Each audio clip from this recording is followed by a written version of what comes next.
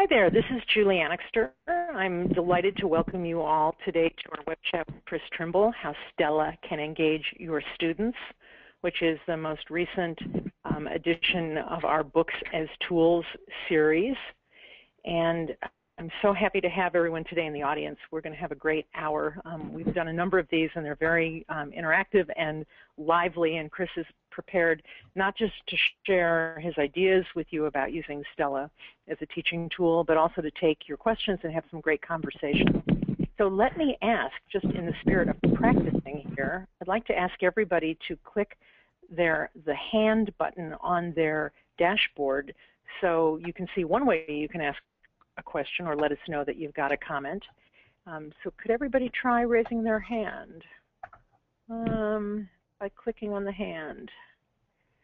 Okay, Anne has done it, a few others, great. So there are two ways you can ask questions. You can either write them, send them to us, or you can raise your hand and we will make you live and you can ask Chris directly. So let me just say very quickly that I'm delighted, Chris, to be with you again. Chris Trimble is a professor at the Tuck School of Business at Dartmouth. He and his co-author, V.G. Govindarajan, have really studied this field of implementing innovation deeply. They've written a number of best-selling books. Stella is their latest but not last book, and it's a very different kind of book, which Chris will tell you about. I just want to mention before I hand it over to you, Chris, that you're definitely my favorite Renaissance man professor, because in addition to being a writer and a consultant and a professor, you were a nuclear submarine officer in the United States Navy, which I think is way cool. That goes back so with that, yeah. Chris, take it away. Well, actually, Julie, even before we get started, I just want to say thank you to everybody who registered. I'm loving looking at the list of registrants today. I thought I'd mention some of the names of the universities that have joined us today. The big names that everybody will recognize include the University of North Carolina, University of Tennessee, Stanford, New York University, Boston University, and California State. So first things first, go Tar Heels, go Volunteers, go Cardinal, go Bobcats, go Terriers. And I confess I had to look this one up, go Roadrunners. We also have some people joining us from smaller colleges in the states of Kansas, Ohio, Illinois, Pennsylvania, Wisconsin, Tennessee, and North Dakota, and from the country of Finland. So welcome to everyone. Thank you so much for coming. We also have a few from corporations, including Procter & Gamble and Booz Allen. So thank you. Julie, back to you. Thank you, Chris. You know, I find it fascinating that in your last book, The Other Side of Innovation, you compare innovation to mountaineering. And never having been a mountaineer, I'd love some elaboration on that. Thanks, Julie. You know, I'm not a mountaineer either, but I do love to hike, and Dartmouth is certainly a great place to be if you enjoy hiking. I'm just a casual hiker. I have a small backpack. I know how to throw lunch into it. But I've always dreamed of climbing a real mountain, something with high altitudes, glaciers, snow. I haven't done it yet, but I've talked to a few people who've climbed Mount Rainier out in Washington State. And from those conversations, I've learned something very important, and that is there's a big difference between an expert mountain climber and a novice. And that difference, quite simply put, is that only the novice will celebrate at the summit. Think about it. And the expert understands that you never celebrate till you're back down to the base of the mountain safely. In fact, the expert understands that the real dangers in mountain climbing are on the descent.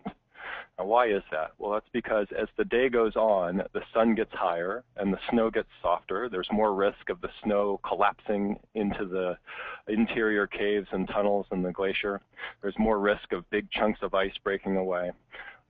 There's more risk that climbers, who by then are very tired, are going to make a big mistake. So the expert understands that the real dangers are on the descent. As it turns out, innovation is exactly like that. There is a Mount Rainier-like summit in every innovation journey. And it happens at that moment when you say, by gosh, that's it. That is a great idea. Let's move forward. Let's make things happen. And we love celebrating ideas. and it can take a long time and a lot of work to get to that summit. Okay? It might involve years of scientific research or months of developing prototypes. It might take financial analysis and strategic analysis. It might take lots of creative brainstorming sessions. So when you finally get that idea, it can feel like a huge victory. Okay? But of course, that big idea is just the beginning. After the big idea comes what we've called the other side of innovation, and that is the journey from big idea to big impact. And just like it is in mountaineering, all the big dangers, all the hidden pitfalls are on the other side. They're on the descent. It's been my experience, and pardon me for 1 second here, it's been my experience that too few people pay attention to that descent from the summit of Mount Rainier. Too few companies recognize that innovation is really a two-stage journey. Stage one is ideas, stage two is execution.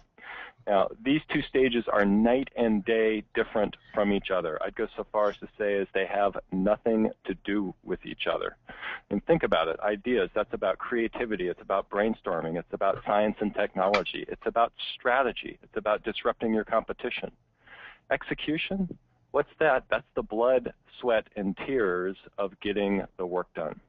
The two stages have nearly nothing to do with each other, and yet you have to succeed at both to win. Well, you know, I know you and VG have spent your careers studying the other side and implementation. You know, why? Well, Julie, that's because we like blood, sweat, and tears. But seriously, almost all innovation research and almost all innovation books, it seems, are about this side, about that search for the big idea, about creating that disruptive strategy.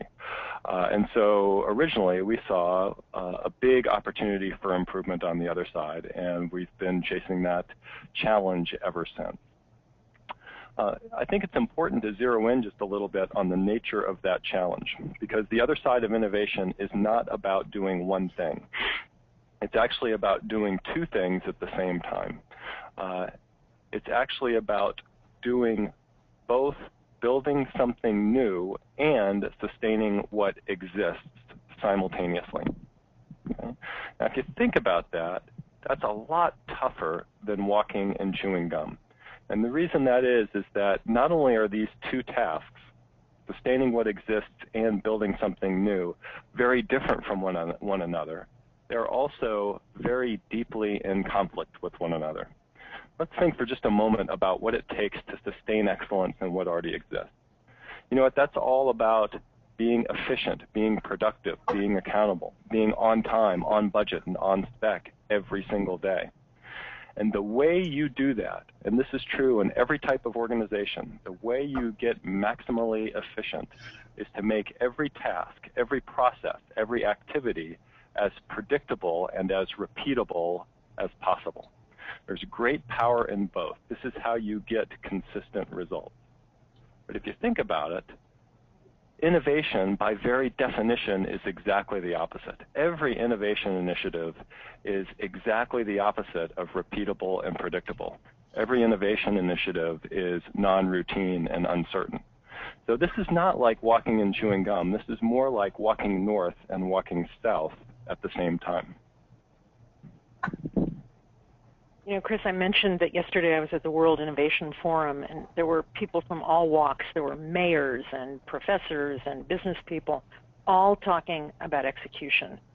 So question for you is, you know, what is the biggest struggle what's the single biggest struggle that organizations have with execution? Why are we, you know, why is everybody talking about it, and why are they struggling with it? Yeah, Julie, the big struggle is so simple. It really boils down to one thing, and that is we have this romance about innovation. And that romance is basically that innovation is mostly or even entirely about individual heroics. That the real secret to innovation is to find your, quote, innovation man. This is the picture I'm showing here. We tend to imagine that innovation is about brilliant people with brilliant ideas, people who are so determined and so persistent that they'll do whatever it takes to get their vision to fruition, whether that's breaking rules or creating a conspiracy or working underground, whatever it takes to fight the system to win. And the reason that this romance has such staying power is because we're so focused on the idea side of the innovation challenge. And by golly, one person really can come up with a great idea. But can one person execute? Can one person simultaneously sustain excellence in what exists and build something new? I think on the surface, that's a laughable notion. So we need to recognize that this superhero figure here, Innovation Man, is pure fantasy. One of the most important messages in all of our books on innovation is that innovation is, quite simply, a team sport. And maybe before we go on, it'd be worthwhile to review very quickly what we've said so far. Number one, we've said innovation is a two-stage challenge, ideas plus execution. And the tendency is to focus only on that first stage, only on the idea side, when in reality, you've got to do both well to win. The second thing we've said is that the execution challenge is really about tackling two conflicting tasks simultaneously, both building something new and sustaining what exists. And then the third message, that is clearly not a job for an individual, even a heroic individual. It is a job for a team. So are you saying that innovation is really a matter simply of good teamwork? Not exactly. Certainly teamwork is important, but what we're really saying is that the team has to be structured in a very particular way.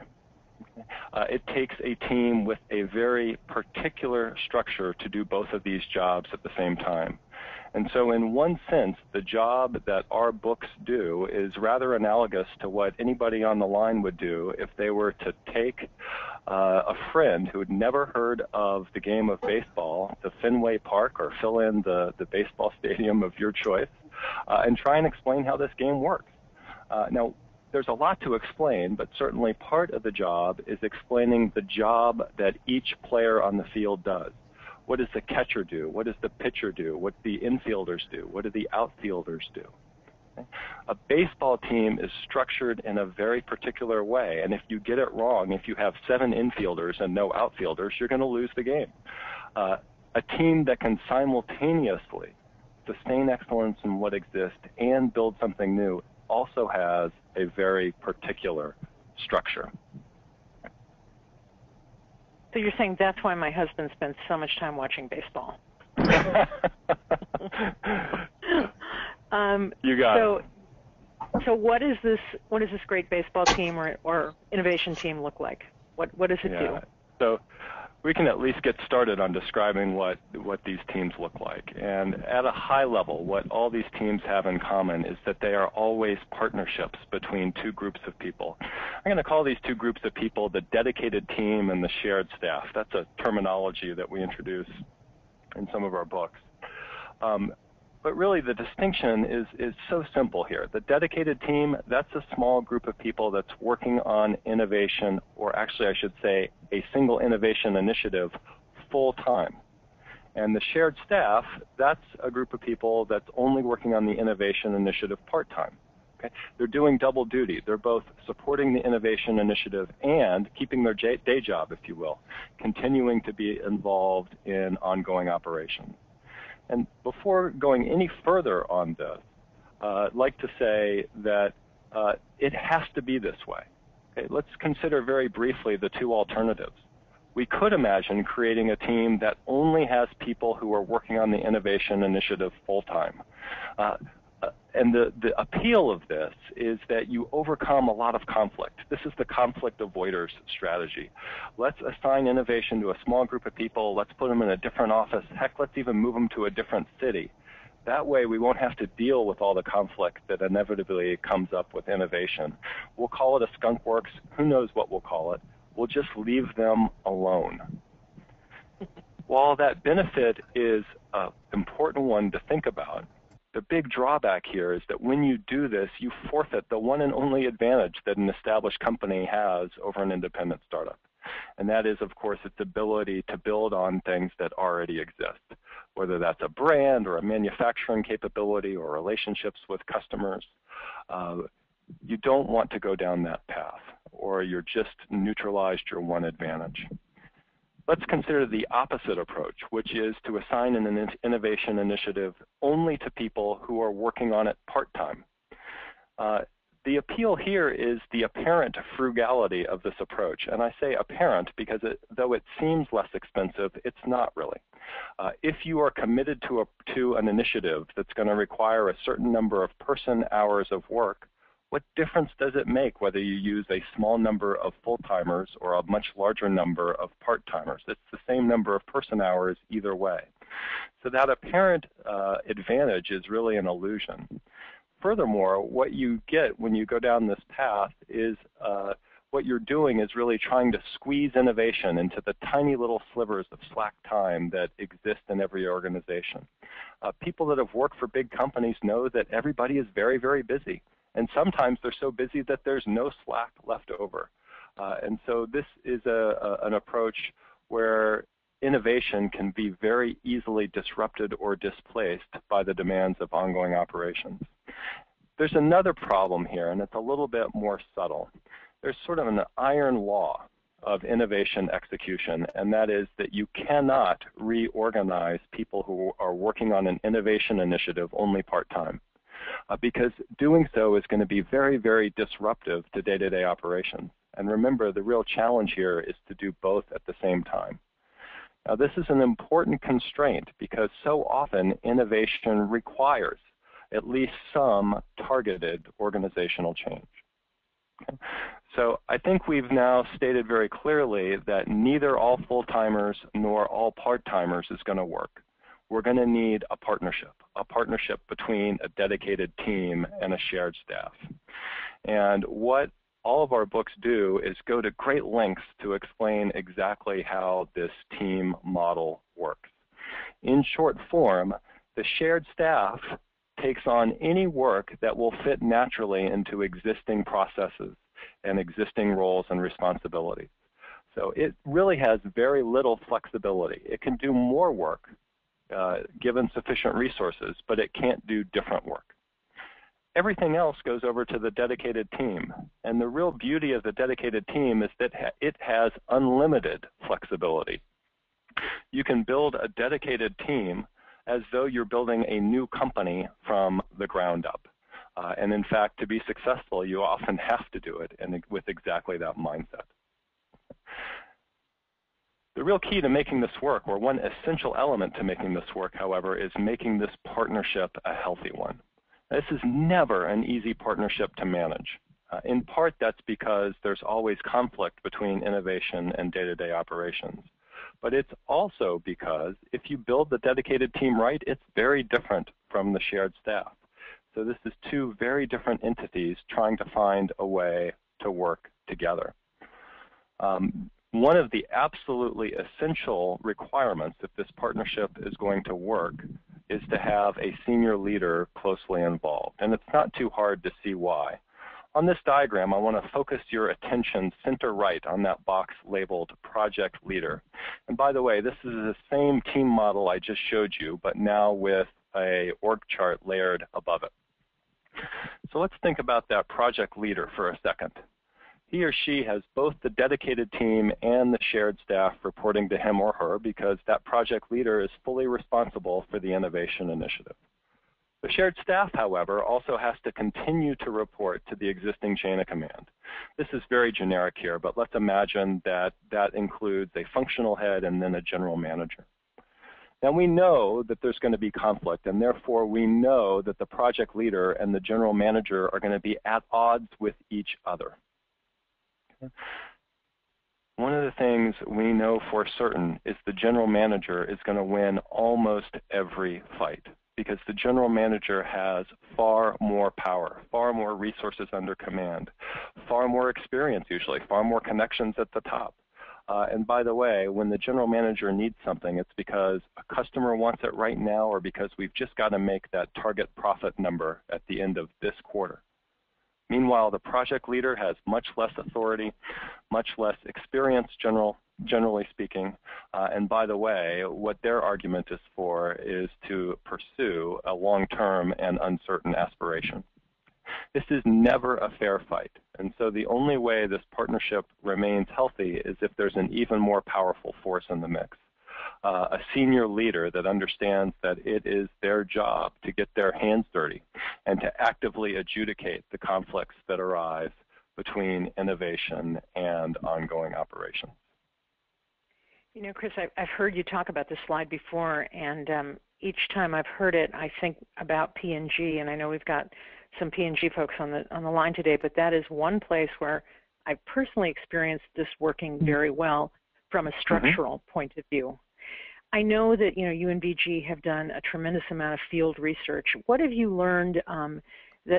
What else have you learned about these teams that are in your other books that you would want to share with folks today before we get into the classroom application?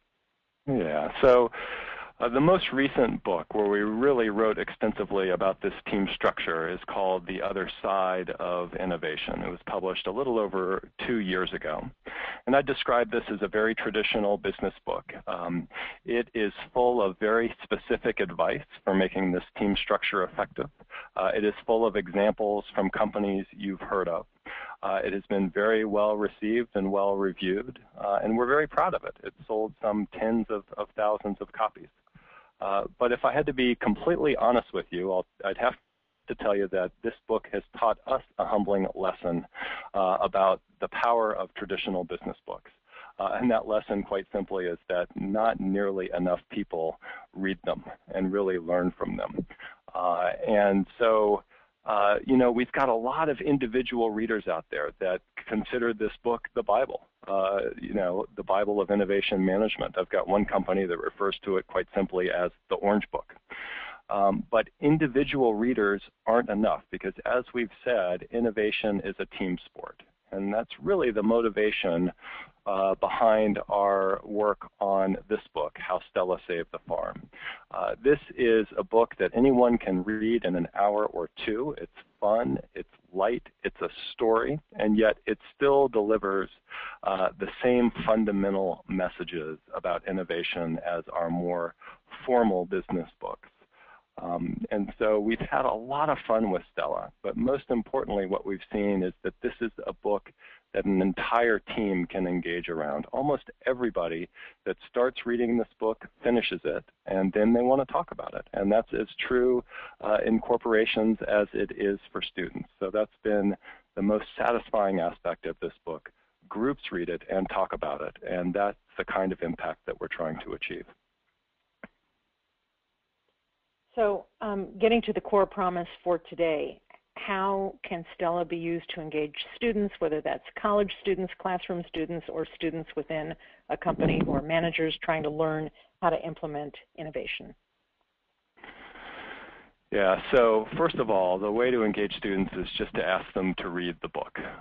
And most students are going to warm right up to this, and they're going to love reading the book. You will get a few skeptics. Some of my own most intellectual students will sort of turn up their nose at a story about farm animals and say, why am I reading this? But most students will go right after it, and they will love it. For those two intellectual students, I do a couple of different things. One is I tell them that every detail in this book is drawn from details and actual case studies that we've written. Every detail is based on a real-world observation.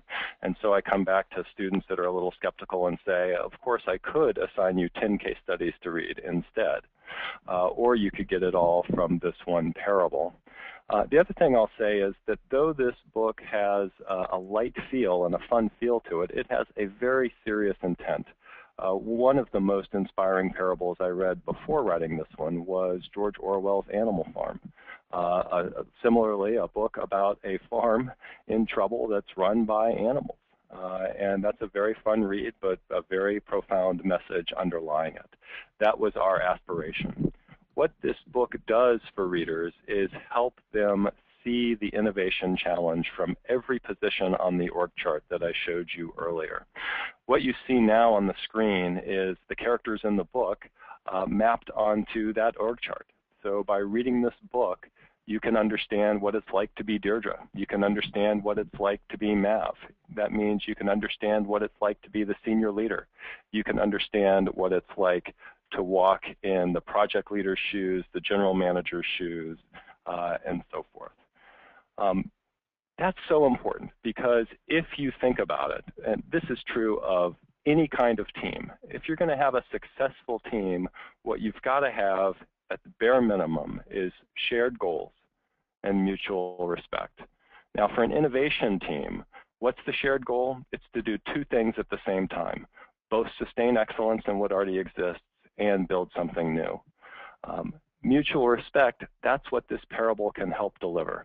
As I say, by helping everybody walk in everybody else's shoes, to understand what their role is, what pressures they're under, what emotions they're going to be experiencing at various points in the innovation journey. You can bring this understanding to the classroom by taking 3 steps. And this is one way to do it, and I'm sure there are other ways to do it, but this is the way I've used it in the classroom here at Tuck at Dartmouth. 3 steps. Step 1 is to, after students have read the book, have them form small groups wherein everybody focuses on just one character. So at the end of 20, 30 minutes, you've got one group of people that is absolutely an expert on what it's like to be Stella, or absolutely an expert on what it feels like to be Bull, or Deirdre, or Maverick, any of the characters in the book. And then what we do is create a second set of group discussions where we mix everybody up. So now instead of everybody talking about the same character around the table in the small group, everybody can bring the perspective of a different character to the conversation. And everybody can listen and understand at a deeper way, or in a deeper way, what it's like to be in that character's position. And then finally, the third step is to wrap up with a free and open discussion about who really saved the farm. Now, those of you who have already looked at the book know that although the title is How Stella Saved the Farm, the book is really set up as a mystery. It says practically on page 1 that just because the title says Stella did it doesn't mean that she actually did, and your job is to figure out who saved the farm. Well, if you've been listening to me today, you know that the answer is that the team saved the farm. But to get the classroom to that discussion, to that point of view, it's worthwhile sort of making an argument for each individual character. And by doing so, you'll see what it takes to make this kind of team effective.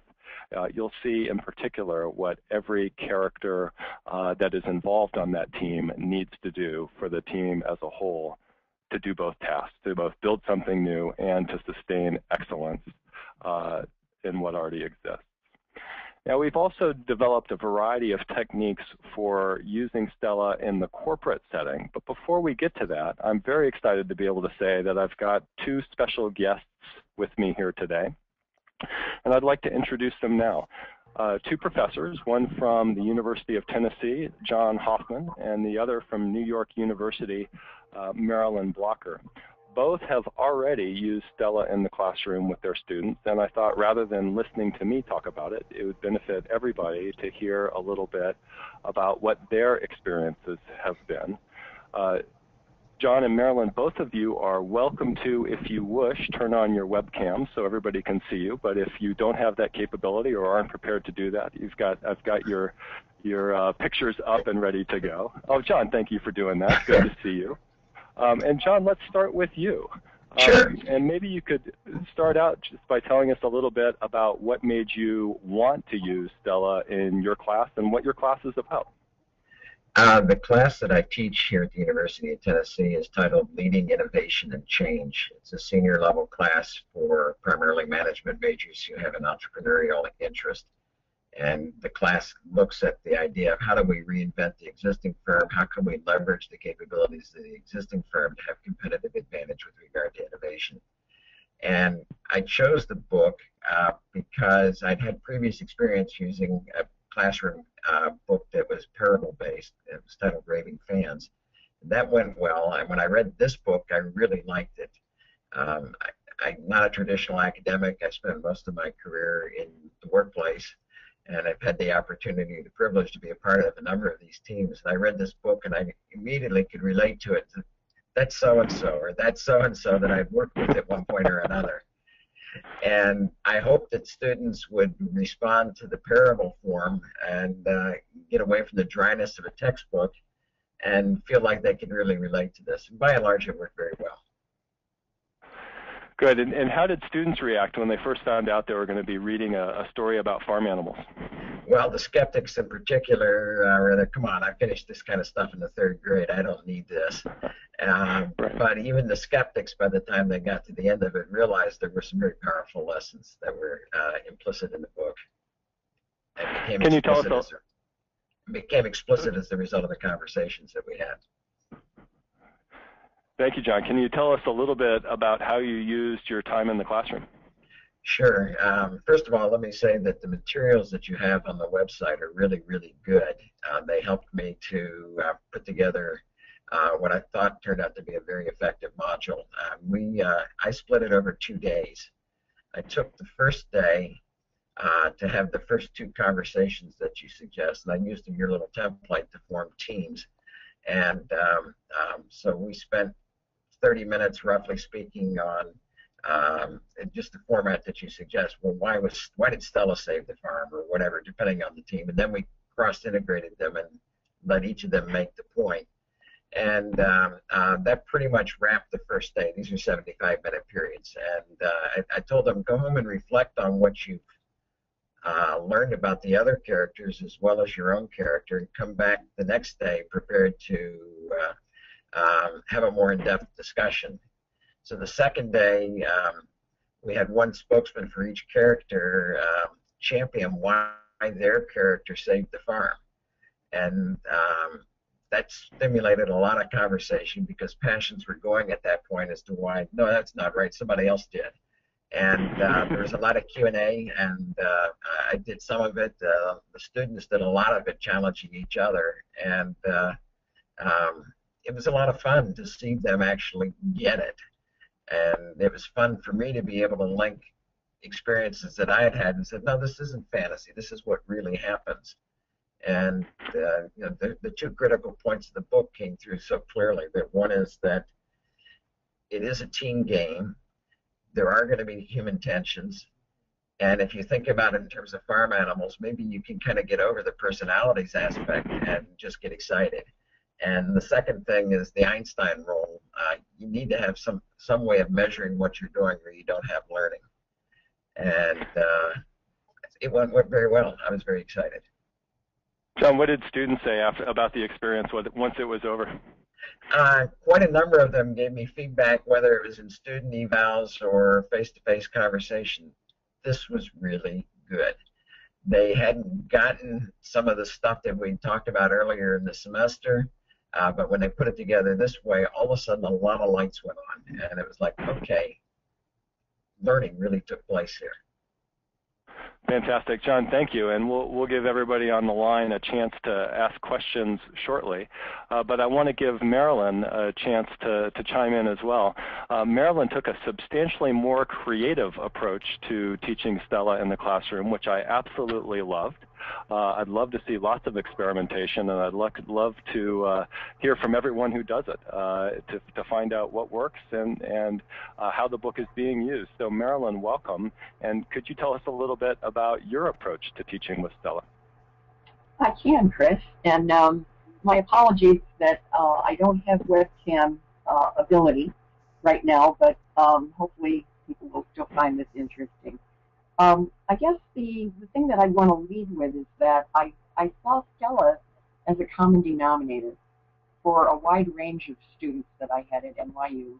It was an evening class in creativity and innovation, and I had people of various ages in the class and varying experience levels, everything from working professionals in their 30s, 40s, and 50s in manager, director, and VP role, and then also students with very little work experience. So this was a great way to kind of level the playing field and provide a common denominator for everybody.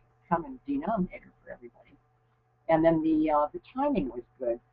I had actually required The Other Side of Innovation for reading, and just found that with working professionals, the reading just wasn't taking place in the way that I hoped it would. And so I needed a fun exercise, and I had been introduced to How Stella Saved the Farm when Chris gave me a complimentary copy of it.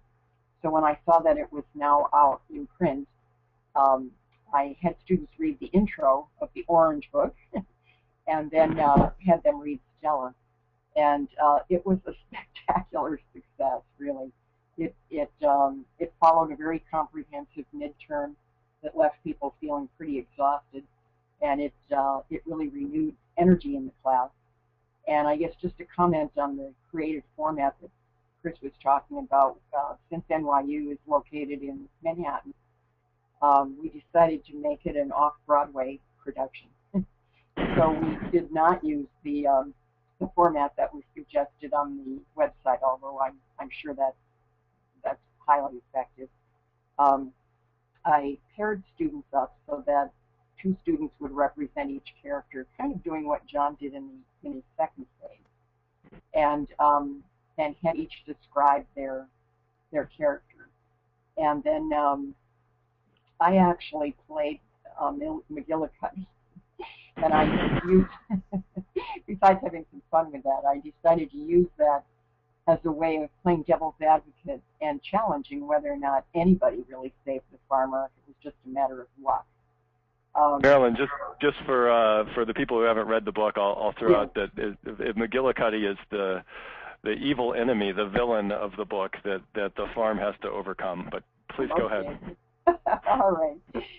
So what I found really useful about the book is that it lends itself to so many other topics that I was teaching in the course. I had a topic on new business development, on business model innovation, on risk and portfolio management, and leadership, and team effectiveness. And I just found this was a great way, especially toward the end of the semester, to pull all of these subjects together and show what can happen when people are inexperienced, and experimenting, as we know, is critical to the innovation process. So besides telling an interesting story and being about the execution side of innovation, I found that it was also very useful as a tool for doing an after-event analysis on those other topic areas. Marilyn, terrific, and thanks for joining us, and thanks for your creative off-Broadway approach to having people think through the book in a staged sort of way, I guess we could say. I want to add that I heard back from one of Marilyn's students that they had immediately taken Stella to their own organization, had everybody read it, and had a big discussion about it. They called it, or she at least called it, the most fun that they've ever had as a group. So I was very pleased to hear that happen. I'm going to, before we open it up for Q&A, and when we do open up for Q&A, you may address your questions to me or to John or to Marilyn as you wish. But I want to recognize that we do have some people, many people in fact, on the line from corporations who are thinking about how to use Stella in a corporate setting.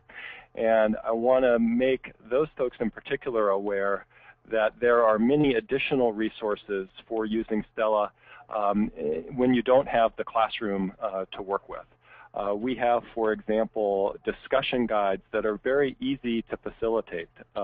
Anyone can facilitate an argument about about who really saved the farm, and we've got a step-by-step guide for setting that up. So if you want to get 8 or 10 people together around the lunch table for a casual conversation, this is a great way to get started thinking about Stella and its implications for your own organization.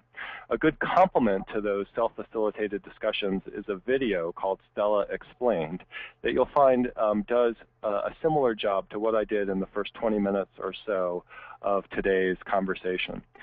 For those of you who want to spread the word to more than just a handful of people, we've also developed a partnership with a wonderful company called the International Thought Leaders Network, and we've developed a wonderful workshop and a small army of people who can facilitate it. And then finally, a new program that we've just started small group web chats. If you would like to interact with me and with up to about 10 other people from other corporations who are thinking about Stella and its implications for their own innovation challenges, this is a great way to do it. It's very much like a face-to-face meeting. Everybody can participate. It's not me delivering content so much as it is as a conversation where everybody is building on what others are saying and learning from everybody else. And to learn more about these 4 resources and others, I'm going to give you a very quick tour of the Stella website. Hopefully everybody can see it now. At the very bottom of the home page, you're going to see a link called For Educators. And this is where you'll find the classroom guide that John Hoffman used at the University of Tennessee and was describing. For corporations, you'll want to visit in particular the section called Talk About the Book. And there's a little introduction on this page, but if you click on Get Discussion Resources, this is where you'll find not just one discussion guide, but several for several different situations. So there's the context of a small group of people having lunch, but we also have some tips on how to do it if you've got maybe 30 people at an off-site meeting or more, or how to do it if you want to focus on a specific innovation challenge that your company is facing right now. You'll find that a link to the Stella Explained video on the list of discussion resources there. And let me zip back to the home page. It's on the home page where you can request an invitation to join a small group chat. In order to keep it to 10 people per session, it has to be a 2-step process. You let me know you're interested, and then I send you an invitation for a specific date and time. I also love giving books away, and I'm willing to give a copy, 1 per organization, please. All you have to do is fill out a short form and promise me that you'll tell me what you thought, what you thought about the book after you've read it. I love getting those emails. Okay, so that's a quick view of what we have available for use outside the classroom. Julie, I want to turn it back over to you now and let everybody on the line have a chance to ask questions. And again, I'm on the line, and Marilyn and John are both still on the line. We're all willing to do the best we can. Go ahead, Julie. Chris, it's Mari here, and Debbie DeLong has a couple of questions. She says, where is Stella in this chart? And then she also says, maybe the innovation hero should not be on the implementation team. Is the innovation hero perceived as biased towards their own idea, so might interfere with the wider adoption of it? Yeah, Debbie, those are fantastic questions. First of all, Stella, we were intending a little bit of irony when we called the book How Stella Saved the Farm. In the following way, Stella in the book is the idea person. She's the one that comes up with the idea for the innovation initiative that may or may not save the farm. And so the instinct is to imagine that Stella is the hero. She's the one that saved the farm. Of course, it doesn't turn out to be that way. She turns into one person on the team, and as it happens, there's no reason why you'd expect the idea person to also play this particular role, but in the story, Stella also becomes a pretty important bridge that helps the dedicated team and the shared staff get along with each other and understand each other. It's pretty clearly not the role that people would gravitate to and say, that's what saved the farm, okay? But it's an important role, one that's sometimes overlooked. Debbie, I agree with your comment that sometimes it's best for the idea person to not be the one in charge of the innovation initiative. If you are overly committed to your vision, it's hard to be humble. And one of the hallmarks of a successful innovation leader is that they're constantly willing to question their own assumptions and change directions and possibly abort the initiative when it's just not working. On the farm, the project leader was named Maverick, and he was willing to question the assumptions, but needed help from another character called Einstein. I'm giving away too much now. But anyway, the very debate that you're describing, or dilemma you're describing, is one that is handled in a fair amount of detail in the book. Chris, just don't give away the long-distance romance. Keep a little secret for the readers. You got it. We have a couple of questions. I think there are some hands raised, so let's see if David Conley would like to ask a question directly. Mari's going to open your mic, David. Go ahead, Dave. David, go ahead. Hi, can you hear me now? Yes. I can hear you faintly. Go ahead, Dave. Very good. I'll try to speak up a little bit. Hey, Chris, I really appreciate it and enjoyed reading your book. I was involved in an innovation program at an Intel corporation for about 10 years before I started doing my own consulting. And of course, Stella, or the ideas that came in the book were basically open innovation or crowdsourcing or something. And I understand that we're talking about the other side, but I'm curious about your views on the front side of innovation being done in a manner that supports the backside. And a specific example I'd like to talk to you about is Samsung Corporation oftentimes does competitive innovation teams where they'll get 2 or 3 teams together to create innovations, and the winning team then gets proliferated into the organization. And do you think that structure would help the backside of innovation, or do you think that might be a hindrance? What are your thoughts? I have not observed a company directly that has done that, and shame on me, I suppose, but the nature of our research is such that we have to do very deep case histories on therefore a small number of companies. My instinct, though, David, is that the approach that you're describing of having people compete with each other is only going to hurt you on the other side of innovation. You're going to have enemies on day one, people that feel defeated by you and not necessarily want to be in a good, healthy partnership with you. Probably that could be neutralized if there was adequate engagement from the senior leaders in the company and an adequate effort was put forth to make sure everybody was understanding quite clearly that we had to succeed at both challenges, both innovation and ongoing operations, if we were going to be healthy over the long run. That's at least an initial reaction. I appreciate the question. Sure. Thank you. Okay, next let's see. I think we have a question from Madeline. Mari, if you will unmute Madeline. Go ahead, Madeline. No, I don't have a question. I just read your book last night, and I'm fascinated with it. I'm a K-12 teacher in a K-12 school, and my superintendent has asked me to get out of the box and do something innovative. So I stumbled upon your book after reading Tony Wagner's Creating Innovators. And I'm just mesmerized. And I thank you so much for allowing me to join this webinar. I'm not from a big corporation, but I'm having a ball. So that's it. Well, if we think about the educational system as a whole, Madeline, we've got one of the biggest corporations in the country. Let's think of it that way, and certainly one of the most important.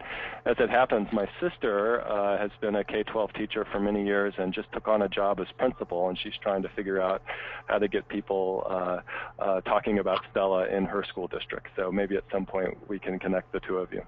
That sounds like a fun idea. Thank you. And I'll chime in here, Chris. Madeline, where are you based? Where are you located? I'm actually Region 6, which is in Litchfield, Connecticut. Well, that is fantastic because I don't know if you're aware of this, but you got the Connecticut Invention Convention in your state run by a fantastic person, and it's the longest running K-12 innovation education in the country. So separately from this, I'll hook you up to that, but I wanted to build on what you said and ask Chris a question. Do you see the book being effective for high school students equally as well as college students? Would you believe I've had readers as young as 8 years old tell me that they've read the book and enjoyed it. I've quizzed them on it, and it's quite clear that they read the story very carefully. I think the innovation lessons were lost on them. But certainly by the time we get to the high school level, I think some of the management lessons of the book will be readily apparent. I'd love to see it used in K through 12 and am eager, or in high school I should say, and would be eager to get feedback from teachers on how it's being used and what's getting through and how students are reacting. Great, thanks. So let us open it up. Does anybody else have a question for Chris? And while you're thinking about it, I'm looking at the hands and I'm looking at the questions coming in. I will ask a quick. Oh, here's one from Debbie. Does the website have examples of how to disseminate and discuss Stella within a corporate setting, i.e., not sessions run by Chris, but run internally? Who should do it?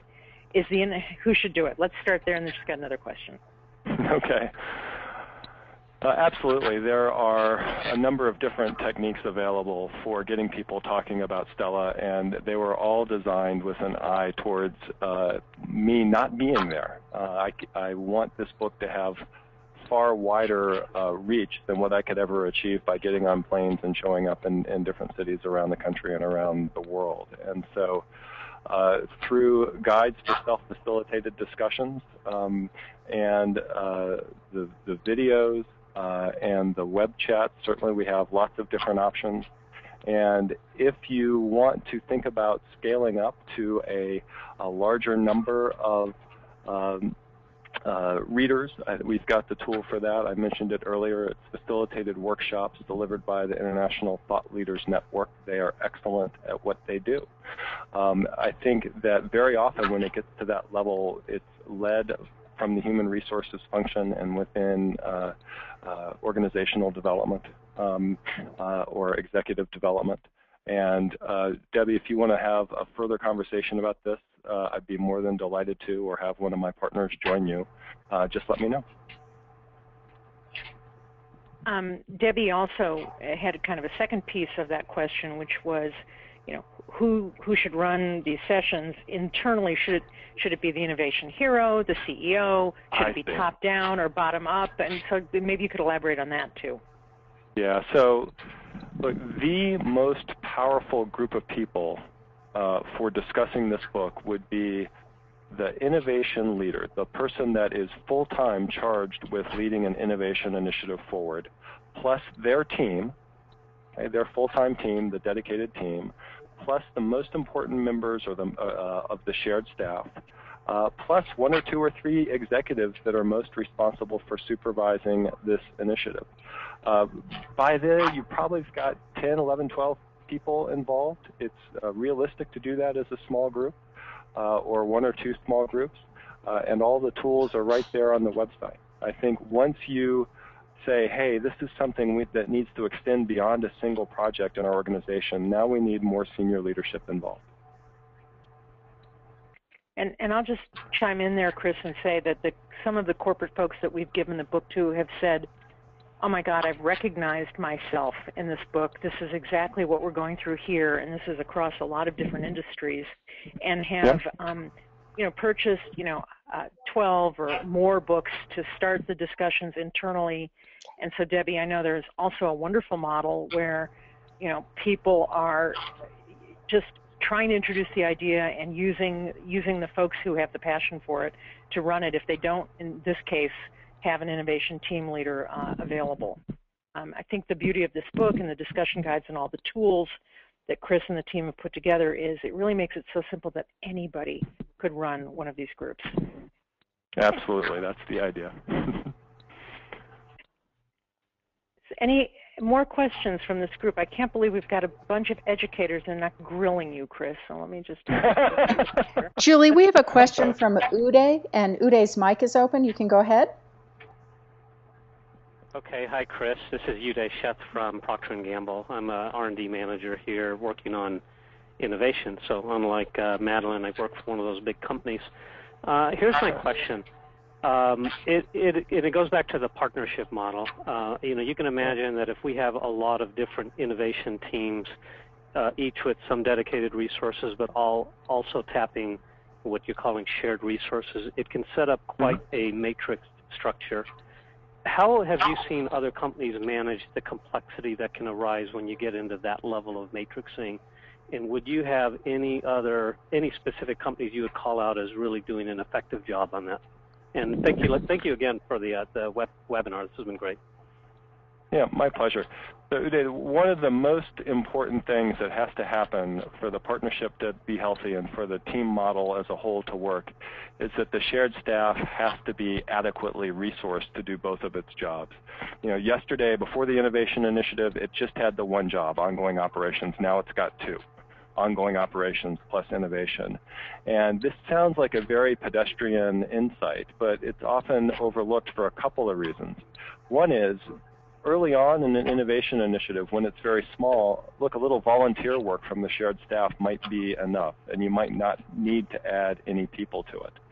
But the second reason it's overlooked is because of the matrix structures that sometimes exist within large organizations that sort of fragment the resource decision-making process. So while the dedicated team might be a budget that's very easily thought about and debated and discussed, there might be 3 or 4 different approvers or people who have some say over the budget for the shared staff. There has to be some mechanism for allocating all the resources necessary for the innovation initiative to succeed, some single meeting where that need is discussed and debated and approved or not approved. Otherwise, you get a fragmentation of decision-making that can really undermine an innovation initiative. Thanks so much for the question. Chris, it's Julie. We're getting to the end here, and I wanted to mention that in addition to all the wonderful resources that you've shown, we're also going to have, we've recorded this session so people can both re-listen to it or share it with their colleagues, and we can also make the slides available, which I know for many people who teach or train, the slides are really, really helpful. And we will be sending out an email to everybody who was on the call today as soon as we've got them both posted. So I just wanted to say that, and also to say that the reason that we at Innovation Excellence have been so excited about doing this project with you, this launch with you, is that we really do see this book as a tool that can really make an impact inside of organizations. So with that, I want to just ask you, do you have any sort of parting comments, advice, encouragement for both the professors, the teachers, and the corporate folks on the line? No, not at all, except to say read the book, enjoy it, get people talking about it, visit the website for more resources, and remember, I love hearing from the field, answering your questions, hearing your reactions to the book. I'll mention, Julie, since you talked about the slot that will be available from today, that if you go look at the Stella Explained video on the website, you'll find an even more comprehensive set of slides that I think the educators listening in will appreciate as they prepare for their classes. Please keep in touch. I will leave this last slide up on the screen. It has my contact information, Twitter handles, and so forth. Julie, thanks so much for organizing another great event. Oh, it's our pleasure, and I just want to say thank you, Chris, and thank you, everyone, for being on, and please come back and spend time with us again, but more importantly, go out and use this tool to implement innovation wherever you are, and let us know how it goes, because we're really excited to hear about people using the book. Thank you, everybody. Thank you, Chris, and we'll be signing off now. Thank you, everyone.